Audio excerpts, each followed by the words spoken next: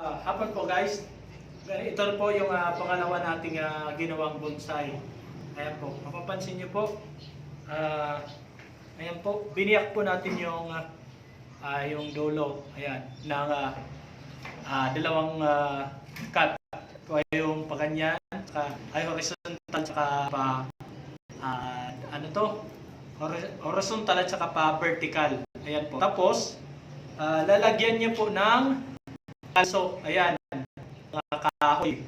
kahoy po, para bumuka po siya at para po gumanda po ang kanyang puno. Ayan.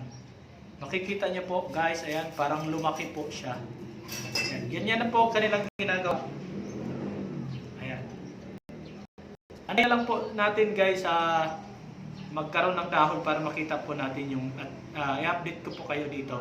Ayan guys, tapos huwag niyo pong kalimutan na lagyan po ng glove yung mga pinagputulan kasi para hindi po mag-evaporate yung kanyang tubig dito sa puno na ito. Ayan. Kailangan po ma-seal po, may sealant po kayo na ilalagay dito para hindi po ma-dry yung puno. Ayan. Thank you guys. Thank you for watching po. Ayan. Ito po yung ating paglalagyan.